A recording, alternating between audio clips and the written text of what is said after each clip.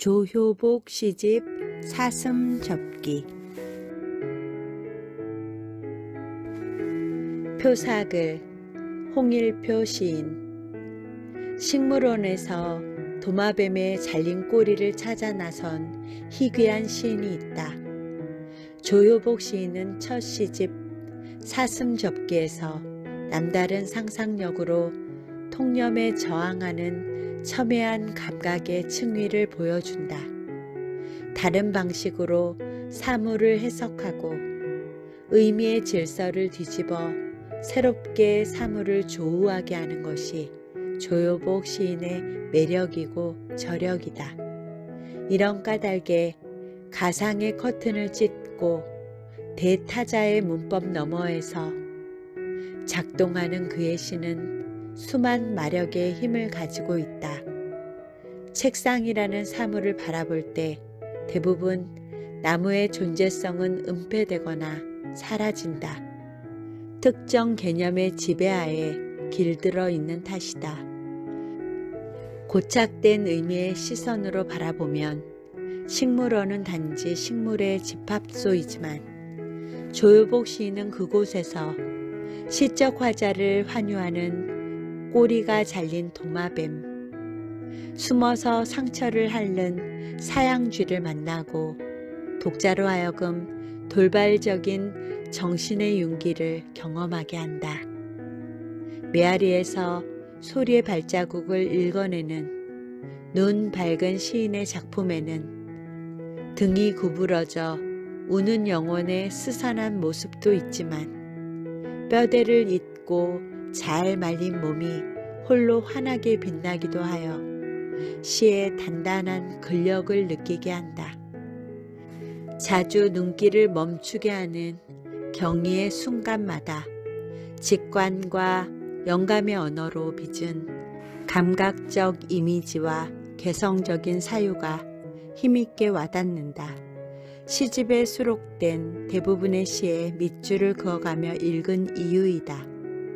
빛나는 저 구유는 내 것인 적 없고 도착하지 않은 저편이 아득한 현실이지만 세계의 숨은 목소리에 귀 기울이는 조효복 시인의 시편들은 미지의 낯선 지점에서 오래 빛날 것이다. 해설 이병국 시인 문학평론가. 나를 전유한 너의 자리. 새로운 시작을 꿈꾸는 끝의 세계. 빛이 짓는 선명한 풍경의 안쪽에는 언제나 그만큼의 어둠이 흐르게 마련이다. 그러나 어둠은 폭력의 이면이나 빛에 의해 배제되거나 소외된 그 무엇이기 이전에 빛에 의해 노출된 존재의 내밀함을 어루만지며 안온함으로 감각되기도 한다.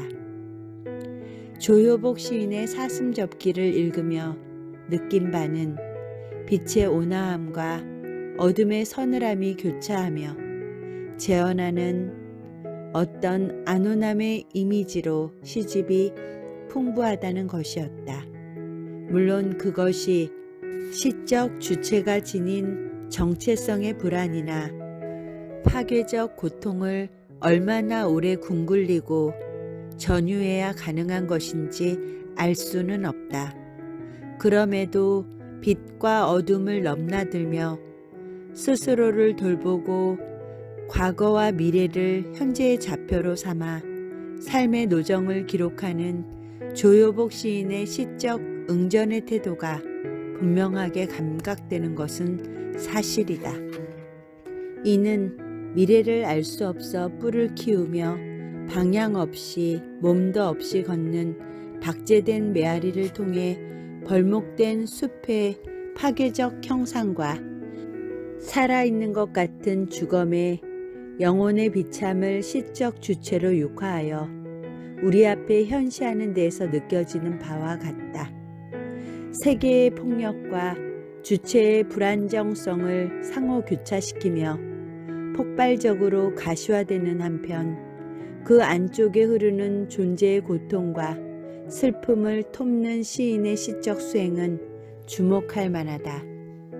조효복 시인은 새로운 시작을 꿈꾸는 끝의 세계를 잊어버린 것 같은 존재가 삶의 어느 지점에서 실패하고 금이 가는 중이라고 느끼는 부정적 감각을 전유하여 비록 긁힌 자리는 아물지 않아도 그것을 좌절로 삼기보다는 길을 잃지 않고 나아가려는 능동적 주체를 내세워 해가 없어도 안부가 닿지 않아도 돌아와 억새의 심장을 붉게 물들이며 온몸으로 허공을 붙드는 강인한 의지를 드러내는데 마음을 기울인다.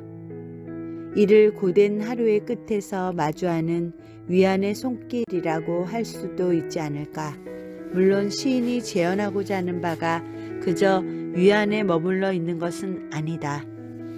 세계의 양태는 존재로 하여금 던져진 것들에 찢긴 목소리만을 지닌 채 비극을 껴안고 둥둥 떠다니게 만들 따름이라서 시인은 잘못되어 가고 있는 것에 발을 담그고 온몸으로 이를 감각하고 재현하려 한다.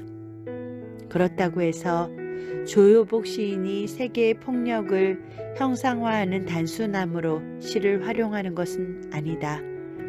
윤리성의 차원에서 시적 언어를 희생하지 않는 것이야말로 시적 주체를 무위의 층위에 내몰지 않는 것임을 시인은 알고 있는 듯하다.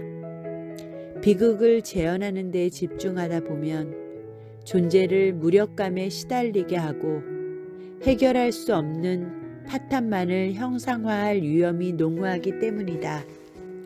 시집을 여는 시 카유 보트 따라하기를 보자. 화가의 정원입니다. 혼자서는 만들지 못하는 소리로 이루어졌죠. 그는 투명해진 채 기다립니다. 지치지 않고 놓여있지요. 귤처럼요. 물방울이 닿는 곳에 소리가 있지요. 그곳에서 모양과 색이 생겨납니다. 껍질의 기분을 알고 싶은 알맹이처럼 그는 온몸으로 귤이 되기도 하지요. 바깥의 소리를 몸에 새깁니다. 물 그림자 속에 빗줄기를 켜는 화가의 활이 보여요.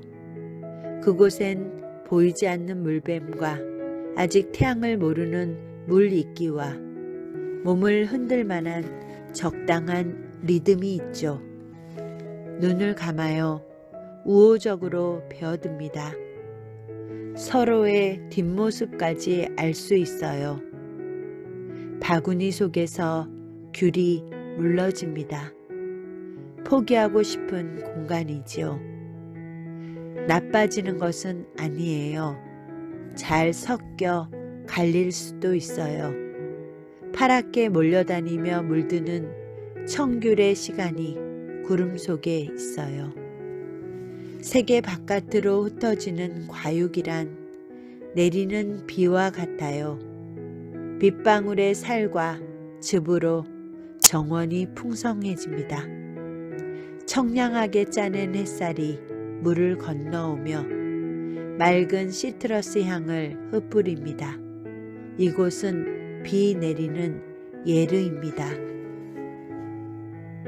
프랑스 인상주의 화가인 귀스타브 카유보트는 1874년 파리 살롱에 처음으로 작품을 발표하였으며 다른 인상주의 화가들과 교류하면서 미술적 지향을 표현해왔다.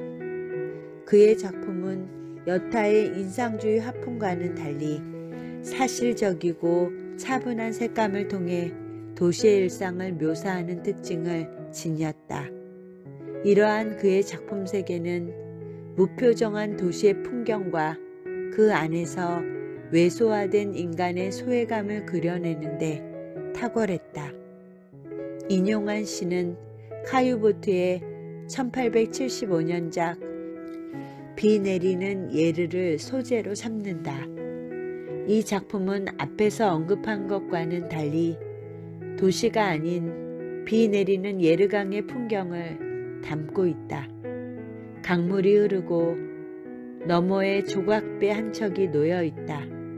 몇 그루의 나무는 녹음으로 덮여 있고 그 사이로 희미하게 집이 보인다. 강물엔 빗방울이 떨어져 동시몬을 그리고 있다. 평화로운 풍경이다. 조효복 시인은 이를 화가의 정원이라고 부른다. 도시에서 벗어나 자연 속에 머물며 혼자서는 만들지 못하는 소리를 듣는 그는 자연에 물들어 투명해진 채 그 무언가를 기다리고 있다. 그것은 어쩌면 강 너머에 놓인 조각배를 타고 올 누군가일 수도 있고 보이지 않는 물뱀과 아직 태양을 모르는 물이끼와 일체화하는 순간일 수도 있다. 투명하다는 것은 빛이 투과되는 현상일 수도 있지만 물방울이 그러한 것처럼 다른 존재를 비추며 그 안에 스며들기에 적합한 양태를 의미하기도 한다. 이는 타자와의 접촉을 용이하게 함으로써 교류를 가능하게 하여 새로운 소리와 모양과 색의 형성을 촉발하는 계기가 된다. 시인은 이를 바깥의 소리를 몸에 새기는 것이라고, 우호적으로 베어드는 것이라고, 서로의 뒷모습까지 알 수 있는 것이라고 말한다. 이러한 관계의 형성은 한편으로 시적 주체의 평화를 해치는 요인이 되기도 한다. 바구니 속에서 귤이 물러지듯 타자와의 만남은 주체가 운이하는 공간을 협소하게 만들어 온전한 형태를 지속하지 못하게 만든다. 물론 이는 나빠지는 것이 아닐 수도 있다. 잘 섞여 갈릴 수도 있기 때문이다. 그리하여 파랗게 몰려다니며 물드는 청귤의 시간처럼 조화를 이루어 세계 바깥으로 흩어질 수도 있다. 이는 내리는 비와 같이 더 넓은 범위를 포괄하게 이끌며 살과 즙으로 풍성한 정원, 나아가 맑은 시트러스 향이 넓게 퍼지는 공간의 확장을 가져올지도 모른다. 그러므로 혼자서는 만들지 못하는 소리는 타자와의 접촉면을 확대함으로써 비로소 지닐 수 있는 삶의 가치일 것이다. 소외된 존재의 고독이 세상 모든 존재의 강력한 연대감으로 전유되는 어떤 고결함으로의 전회, 그것이 어떤 방식으로 구체화될 것인지는 좀 더 살펴보아야 하겠지만 다른 무엇이 될 그 순간을 기다리는 시인이 이 시를 통해 우리에게 전하고 있는 바는 단순히 서정적 풍경을 읊는 것이 아니라 무한한 전체를 향한 밑그림을 그리는 작업으로서 시적 수행을 하고 있는 것이라 보는 것이 옳을 듯하다. 뼈대를 잇고 몸을 말려 어둠 속에 서다. 그러나 주지하다시피 주체와 타자의 조화 혹은 존재의 연대를 통한 무한한 전체의 지향은 쉬운 일이 아니다. 그것은 자칫 잘못하면 사각 정원을 채운 사각의 하늘, 사각의 빛과 빗줄기들을 생산하며 조화라는 이름으로 조경된 세계만을 존재에게 강제할 위험을 배태하기 때문이다. 동일시의 폭력이랄 수 있는 이러한 강제는 차이가 무화된 의미 없는 세계 속에서 전제의 불안을 키우며 밀려나고 숨어있던 얼룩의 굵은 다리들, 무수한 주름들, 푹 패인 커다란 발자국을 은폐하고 비를 알 수 없고 열매를 믿을 수 없는 날들을 양산할 위험이 크다. 꿈도 되돌아오는 지점이 있다. 속도가 붙은 걸음을 늦추고 가야 할 곳을 아는 사람들이 돌아선다. 뒤따라오는 제 영혼이 궁금한 인디언처럼 돌아선다. 조금 떨어진 곳에 다리를 끄는 왜소한 내가 있다. 캄캄한 교각엔 긁히고 파인 낙서들, 의기소침한 암호와 무수한 파이팅과 저주들. 우리가 끌고 가는 이 밤은 힘겹고 무겁고 갈라져 속도를 모르는 이 밤은 멈추지 않고 죽지 않고 눈을 뜰 준비를 하고 있다. 아침을 두려워하지 않는다. 나와 나를 뒤쫓는 나와 보이지 않는 무수한 나는 그림자가 아니었던 적이 없는데 크기를 가늠할 수 없는 밤 짐승이 뛴다. 어제를 넘겨받은 지금이 앞을 보고 뛰고 있다. 강가에 엎드린 어둠이 숫자를 샌다. 하나, 둘, 셋. 아무도 깨지 않는 내일이 오고 있다. 릴레이 부분. 여름밤 강변 산책로를 나는 걷는다. 나의 곁에는 가야 할 곳을 아는 사람들이 각자의 지향을 향해 걷고 또 뛰고 있다. 가야 할 곳을 갈 줄 아는 걸음에 자기 확신을 지닌 그들은 기실 돌아가야 할 길을 만들지 않는 위태로움에 노출되어 있는 것처럼도 보인다. 기원을 무시한 채 혹은 안정의 장소를 거부한 채 앞으로 나아가기만 하는 이들이 도달할 장소가 어디인지 나는 알지 못한다. 내쳐 내달리는 이들도 종종 제 영혼이 궁금한 인디언처럼 돌아설 때도 있지만 성찰로 이어지진 못하는 것이 사실이다. 어쩌면 그들은 현대사회가 요구하는 성과 주체로 자리매김하는 것만이 생존을 위한 유일한 방법이라고 여기는 듯도 하다. 그것은 세계의 폭력을 내면화한 채 끊임없이 차이를 무화시키며 자기 존재의 의미를 억압하곤 강제된 자리에 동일시하기 위한 노력만이 최선이라고 여기는 것과 같다. 이는 스스로를 왜소화된 상태로 머물게 하는 것인지도 모른다. 이에 반해 왜소한 나를 자각하는 시적 주체야말로 왜소화되지 않은 존재라 할 수도 있을 것이다. 캄캄한 교각에 긁히고 파인 낙서들이 지닌 의기소침과 무수한 파이팅과 저주들을 읽어내는 나는 저 앞에 반짝이는 빛 너머에 존재하는 어둠을 응시할 줄 아는 존재이자 빛을 전복시켜 어둠을 위무할 줄 아는 혁명적 주체인지도 모를 일이다. 시인은 우리가 끌고 가는 이 밤이 힘겹고 무겁고 갈라져 속도를 모른다고 말한다. 언제든 좌절하거나 붕괴될 위험을 지닌 채 그저 내달리기만 하는 존재를 응시하는 시인은 성과를 위해 강제된 자리로 내몰리는 저희들이 멈추지 않고 죽지 않고 눈을 뜰 준비를 하며 맞이하는 아침을 두려워하지 않는 참혹한 삶을 나의 몸에 새겨 슬픔을 대리한다. 그리하여 시인은 내몰린 존재의 아픔에 동화함으로써 나와 나를 뒤쫓는 나와 보이지 않는 무수한 나가 그림자에 불과한 존재임을 고발하는 것이다.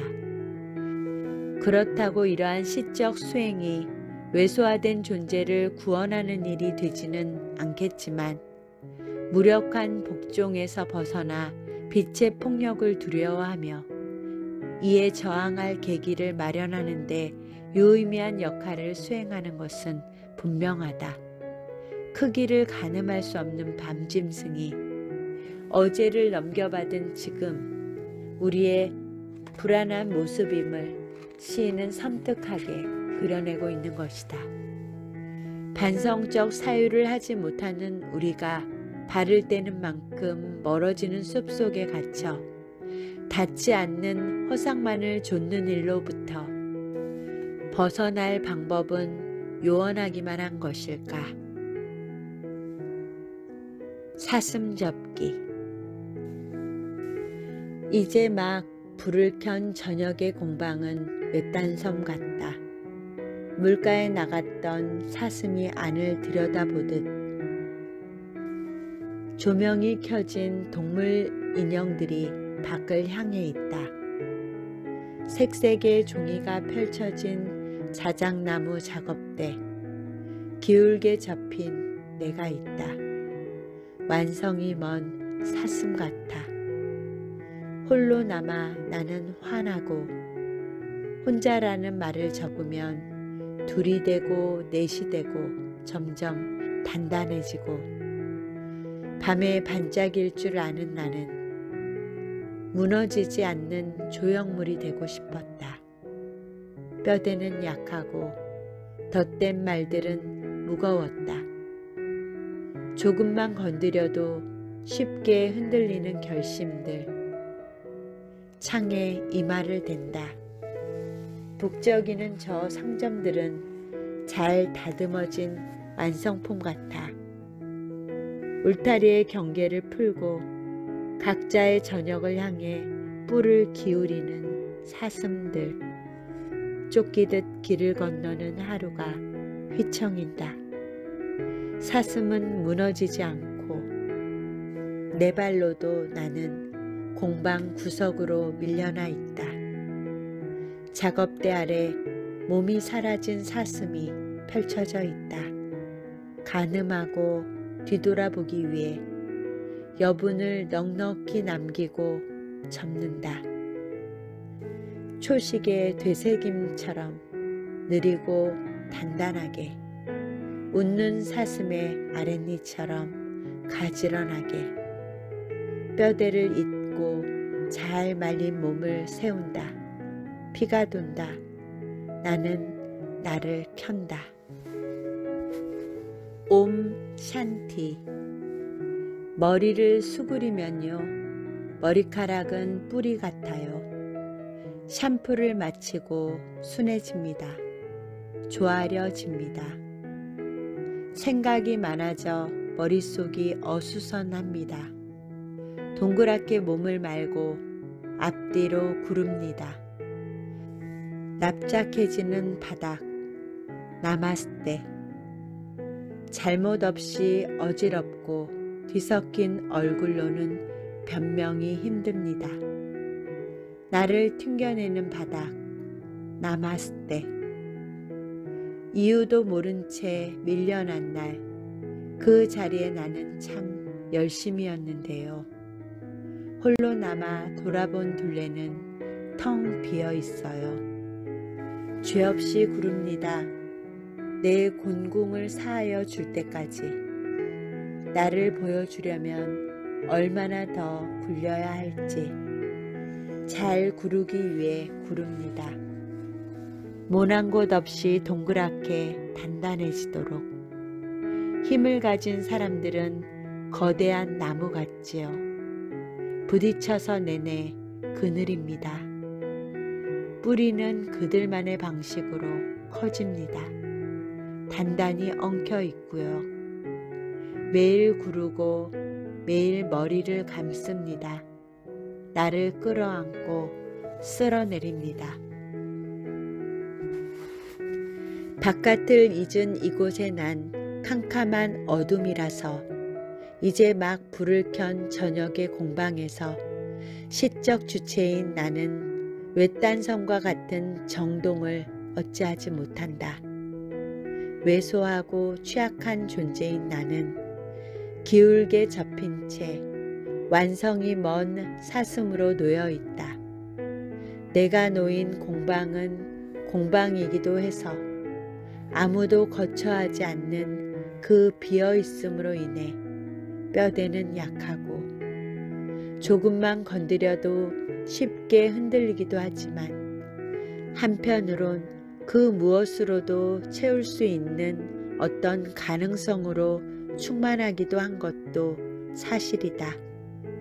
그런 이유로 홀로 남아 돌아본 둘레는 텅 비어 있더라도 그 자리에 나는 참 열심이었다는 것을 감각할 수 있게 되고 그로부터 스스로를 구원할 수 있게 된다. 나는 혼자라는 말을 접어 둘이 되고 넷이 되고 점점 단단해질 수 있다. 캄캄한 어둠 속에서도 반짝일 수 있다. 나는 불가해한 세계의 강제에 의해 결여된 존재로 전락하지 않고 스스로를 가늠하고 뒤돌아보기 위해 여분을 넉넉히 남기고 접는 행위를 지속한다. 그것은 초식의 되새김처럼 느리고 단단한 성찰의 사유가 되어 자신의 내면을 응시함으로써 뼈대를 잇고 몸을 말려 어둠 속에서 스스로를 켤 수 있게 만든다. 힘을 가진 사람들은 거대한 나무라서 자신의 영역을 지키기 위해 외부와 끊임없이 부딪혀서 내내 그늘만을 만들어낼 뿐이다. 욕망과 권력을 탐하는 일은 그 어떤 자기 위안도 줄 수 없으며 오히려 스스로를 부정의의 상태로 유폐시킬 따름이다. 옴 샨티. 자신을 위한 평화는 바깥을 향해 날카로운 가시를 드러내거나 거대한 뿌리로 영역을 넓히는 데에서 비롯하는 일이 아니다. 그것은 모난 곳 없이 동그랗게 단단해지는 일로 머리를 감을 때처럼 몸을 둥글게 말아 자신을 끌어안고 쓸어내릴 때에야 가능하다. 조효복 시인은 세계가 강제하는 허상을 좇으며 불안에 자신을 내몰지 않기 위해 종이로 만들어 위태로워 보이는 삶의 양태일지언정 스스로를 끌어안고 뼈대를 이어 쓸어내리는 행위를 통해 바닥 없는 아래로 내려앉는 기분으로부터 벗어날 것을 요청한다. 그리하여 세계가 요구하는 정합적인 자리가 아닌 둥글게 몸을 말고 서로의 체온을 나누며 서로 아는 만큼 모르는 채 함께 걷는 자리에 우리가 서길 바란다. 이를 공감의 윤리에 기반을 둔 나를 전유한 너의 자리라고 부를 수 있지 않을까. 저편이 자꾸만 멀어지고 있더라도 둥글게 몸을 마는 일은 두 손으로 컵을 감싸는 것과 유사하다. 조효복 시인은 폭설 카페에서 일을 두고 무엇이든 괜찮아지는 마음이라고 읊는다. 먼 설원으로부터 비롯된 혼자라는 말에 담긴 눈과 한기를 두 손으로 감싸 녹이는 시인의 저 시적 수행은 서로의 이름을 부르며 어깨를 내주고 발을 맞추는 일이기도 해서 존재를 품어 연대를 가능케 한다. 여기에는 그늘과 그림자를 부정하지 않으며 그 안에 깃든 내밀함에 공감하는 마음으로 충만하다. 물론 이러한 마음은 눈이 짓무르도록 한 곳만 보며 성공을 향해 내달리지만 결국 추락인지 비상인지 알 수 없는 자기 파괴로 귀결되고만 존재의 고통과 문구점 주인의 알 수 없는 요구로 인해 납작한 오후가 되고만 폭력성의 감각이나 가족 바깥에 숨는 아이가 다음 생을 위해 발톱 끝에 묻어나는 희미한 꿈을 긁어 모으고 있는 암울함 등으로 말미암아 언제든 위태로워질 수도 있다. 그러나 지나가야만 닿을 수 있다는 도착하지 않는 저편을 향해 비록 저편이 자꾸만 멀어지고 있더라도 지켜내야만 하는 존재의 윤리임은 분명하다. 여름 영화관. 이 지루함은 모두 젖어 있어 마음이 쓰인다. 맑은 날의 기분을 잊은 지 며칠째 관리실에서 호우특보를 알린다. 뚝뚝 끊기며 반복되는 예보. 빗물이 쉴 새 없이 창을 핥는다. 아래의 아래로 이어지는 생각은 잠이 되고 화면 속의 리포터가 휘청인다.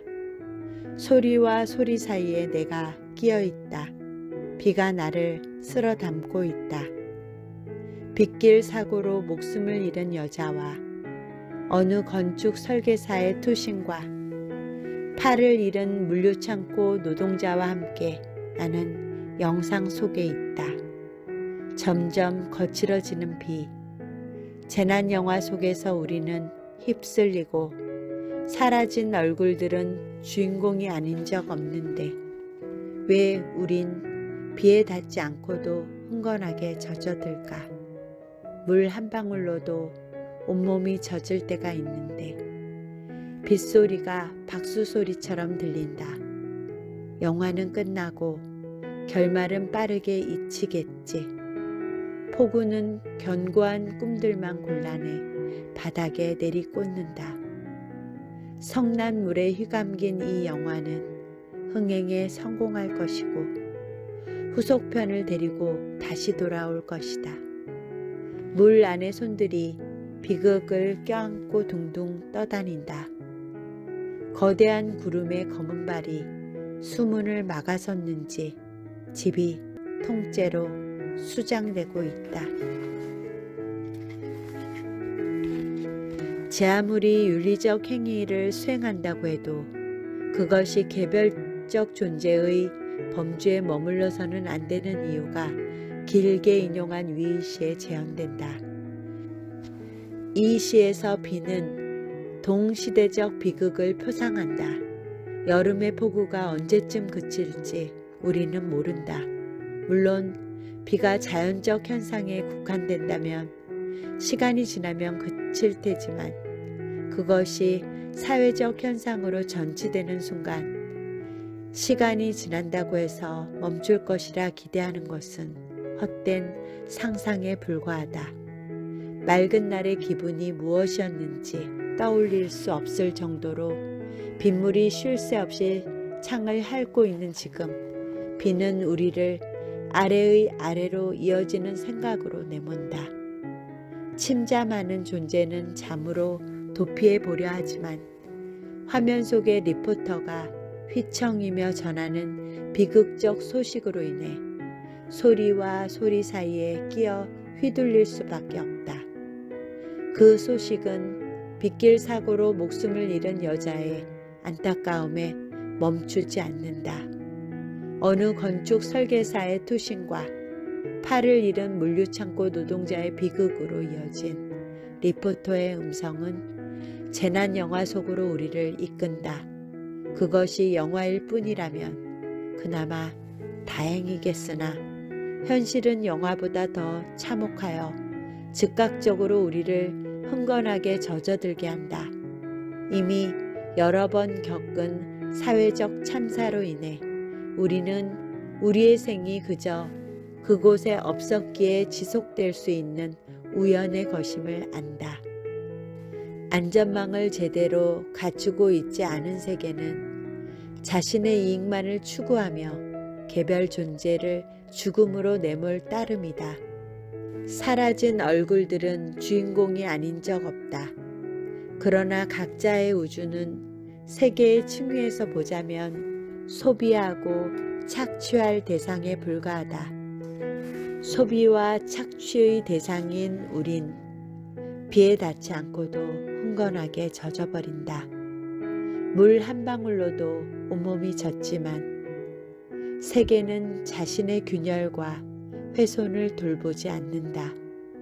내몰린 존재의 죽음은 한 편의 재난 영화가 끝나면 모리스 블랑쇼가 이야기했듯 한 번도 공동의 기억 속에 들어가지 못할 것처럼 서로가 서로를 타자화하며 금세 잊혀질 무엇이 되어버린다. 게다가 폭우는 견고한 꿈들만 골라내 바닥에 내리꽂음으로써 유효한 저항조차 말살한다. 더욱 비극적인 것은 이러한 일이 단발적 사건이 아닌 흥행에 성공하여 후속편을 데리고 다시 돌아올 반복적인 사건이라는 점이다.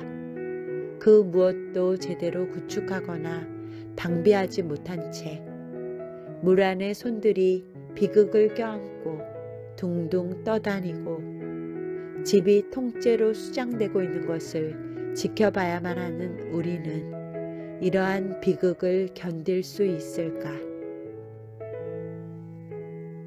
뒤꿈치에 힘을 싣고 바닥을 굴러.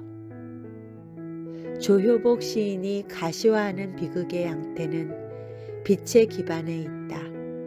저 비는 기실, 화려한 세계가 만든 어두움이라기보다는 파랑이 산란하는 빛으로 만들어진 무수한 고통의 파편이자 무너질 것을 알면서도 삶의 영속을 위해 빈 조개를 쌓아 올리는 과정에서 경험하게 되는 어제의 햇살에 가깝다.